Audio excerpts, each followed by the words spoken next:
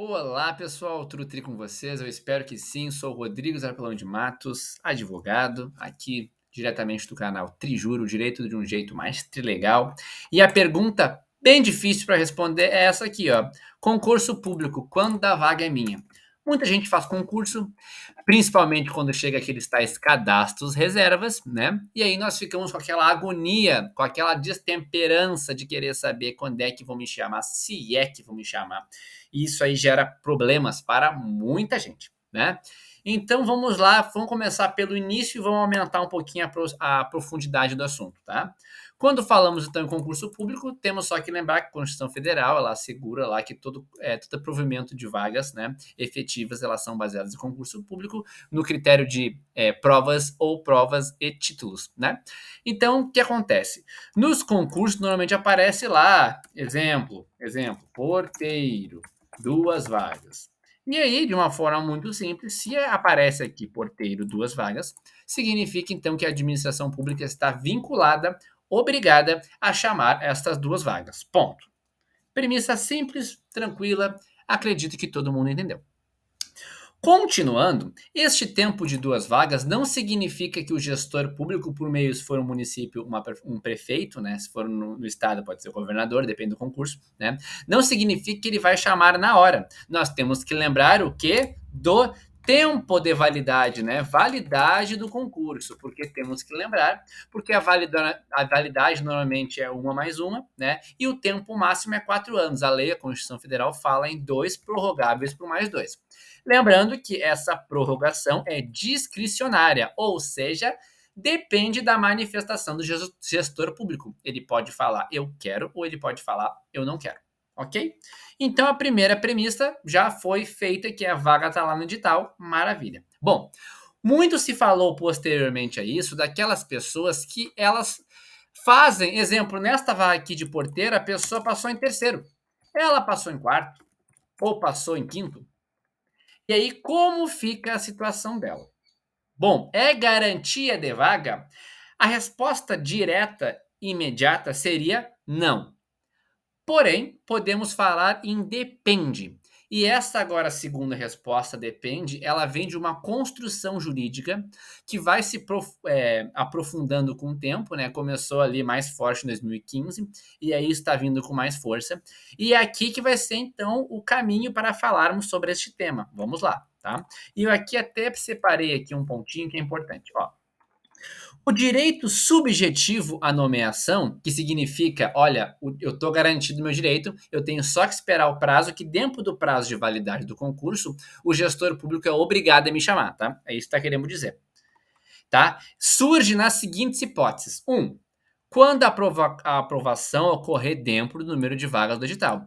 Isso que eu mostrei para vocês de forma aí bem tranquila, o exemplo do porteiro. Duas vagas, os dois primeiros assumem, tá? Maravilha, até aí não tem mistério. 2. Quando houver preterição na nomeação, por não observância da ordem de classificação. Bom, esse aqui, gente, já é bem mais complexo. É bem mais complexo e assim, ó, não é nem tão simples de falar, mas nós vamos enfrentar esse tema. Pois bem, vamos lá. Vamos voltar para o caso do porteiro, tá? São duas vagas aqui. E aí chamam o primeiro. O segundo fala: ah, não quero. Tô aqui melhor no outro trabalho. O terceiro descobre que ele não quer. Descobriu. E aí entra. Tá esperando ser chamado, né? E aí não chamam ele. Como assim não chamam? É obrigado a chamar. Por quê? Criou uma expectativa daquele que soube que o segundo não foi chamado. Só que muitas vezes é difícil de provar que o segundo foi e não quis. Por isso tem que estar de olho, né? Tem que estar de olho. Tem que estar dentro ali fiscalizando tudo que está acontecendo. Então, neste ponto aqui, esse terceiro ele tem direito sim a entrar com a vaga, porque chamou dois. Se chamou dois e só um foi, tem direito. Beleza? Ótimo. Só que agora também tem algumas construções aqui que merecem um pouco de atenção nossa. Vamos lá. Imagine então, vamos falar aqui de um cargo como um cargo de advogado, certo? Cargo de advogado. Então temos quem aqui? Temos o advogado, mas às vezes uma prefeitura, por exemplo, pode colocar um assessor jurídico. Tá? Também, além de assessor jurídico, pode colocar subprocuradores, né? Sabendo que tanto este quanto este são cargos de comissão, né? Função de desculpa, CC, né? Cargo de comissão, ou FG. Só que a diferença, só para relembrar-os, é que o CC, cargo comissionado, é de livre exoneração. Significa o quê? Trocando miúdos, que a pessoa que está no poder pode colocar quem quiser, respeitado, claro, o nepotismo, que é aquela situação, tu não pode colocar parente até segundo grau. Exceto a literatura jurídica nos mostra que é possível, caso demonstre de forma inequívoca que aquela pessoa tem condições intelectuais para assumir o cargo. Isso aqui não estamos falando de questões políticas, estamos falando de concurso, de ligar da administração pública, tá? Porque tem que separar que no político pode, tá? E lembrar também que a lei de improbidade administrativa, ela foi alterada agora em 2019, com efeitos agora atuais, né? E colocou aqui como improbidade administrativa, tá? Por princípio, essa atitude de nepotismo, tá? Tá lá agora titularizado, capitalizado, tá lá na lei, tá? Continuando onde eu estava falando. Então, o advogado, então, pode colocar assessor jurídico, pode botar subprocurador e pode colocar mais gente. Essa é a questão, tá? Pode botar mais gente. Enfim, como é que fica essa situação, pessoal? O assessor jurídico, é legítimo ter assessor? Com certeza. É legítimo, né? Tanto é que é um cargo de quê? Direção, chefia e assessoramento. Se não for nenhuma dos três e tiver um CC, pode? Não pode. Ponto. Não pode. É inconstitucional.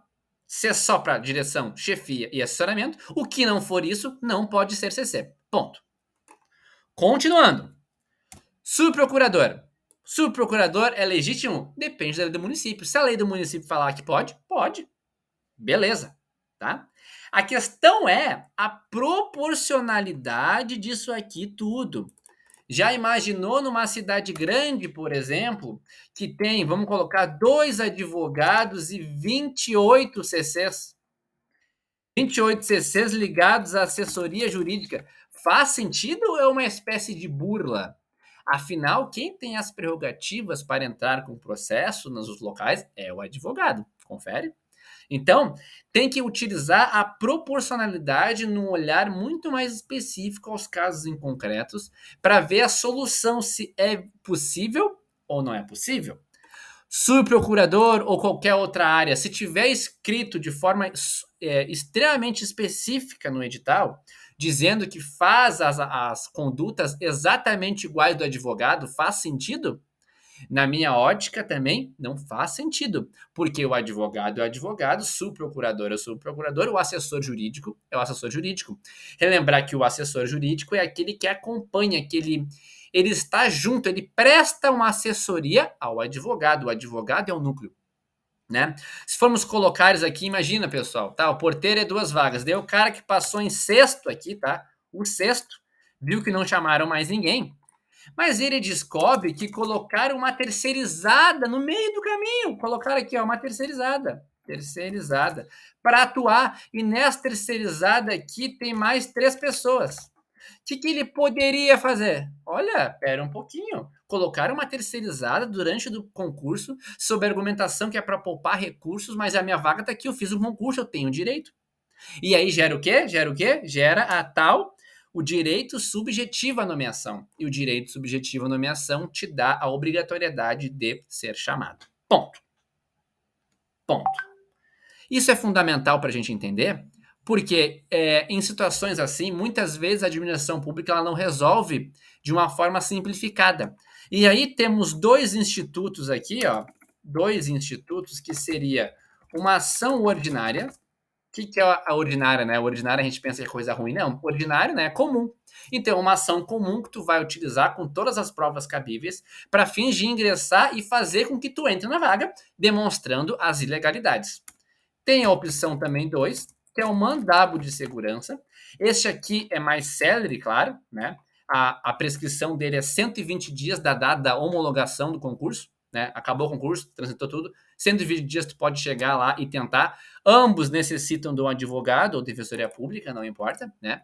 Mas o mandado de segurança, então, também é outro meio legítimo, onde está líquido e certo.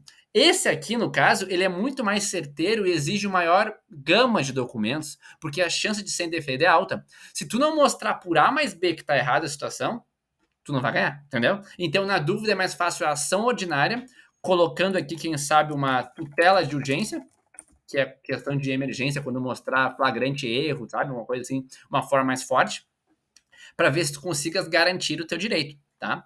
Aqui eu também coloquei nos pontos como desistência, porque é isso aí, né? Como eu botei no exemplo aqui dos porteiros. Desistiu, obrigatoriamente aquele que desistiu abre uma vaga para fora, para cima. E assim vai indo. Desistiu, anota, porque tu sabe que tu vai ter uma vaga a mais, garantido por lei. Não tem como fugir, tá? E aqui no tempo de pandemia, temporário, só lembrando que a Constituição Federal, ela assegura, assim, que tu possa contratar temporário, tá? Não tem também erro de chamar temporário. O problema, o temporário é para emergencial, questão transitória, e essa transitoriedade não acaba nunca. E aí o que acontece? Muita gente como professor entra assim, entra para temporário e vai indo, vai indo, vai indo, e daqui a pouco tá 16 anos como temporário, né? E aí isso é um problema. Então, para coibir isso aí, tem que ter a situação, a análise garantida aqui. Só que neste caso aqui, na pandemia, como era enfermeiro na época, 2019, 2021, entenderam que sim, e faz todo sentido, né? Na medida em que, se é a questão de saúde e estava morrendo muita gente, então faz todo sentido colocar temporário, porque não dá tempo de tu esperar para fazer um concurso, tu numa comissão, e aí foi legítimo, não teve nenhuma questão de preterição de candidato, tá? Embora seja assim, pessoal, um tema tortuoso, eu trouxe aqui alguns exemplos que eu entendo, na experiência que vejo das decisões recentes, que fazem com que o judiciário ele encontre, a partir dessas premissas, a obrigação de mostrar, né, de dizer o direito para a gente do que é o que não é correto, e amparado, então, sempre em decisões do STF, para nos dar maior suporte e balizamento nas ações em prol das pessoas que nos procuram, tá? Espero, então, que tenham gostado do assunto. Ficarem dúvidas que eu possa tentar ajudá-los, estamos aí para isso. E dúvidas extremamente pontuais num caso concreto, aí tem que ser em apartado, certo? Abraço a todos, espero que tenham gostado do conteúdo e obrigado. Tchau, tchau. Se gostou, curta e siga o canal. Tchau, tchau.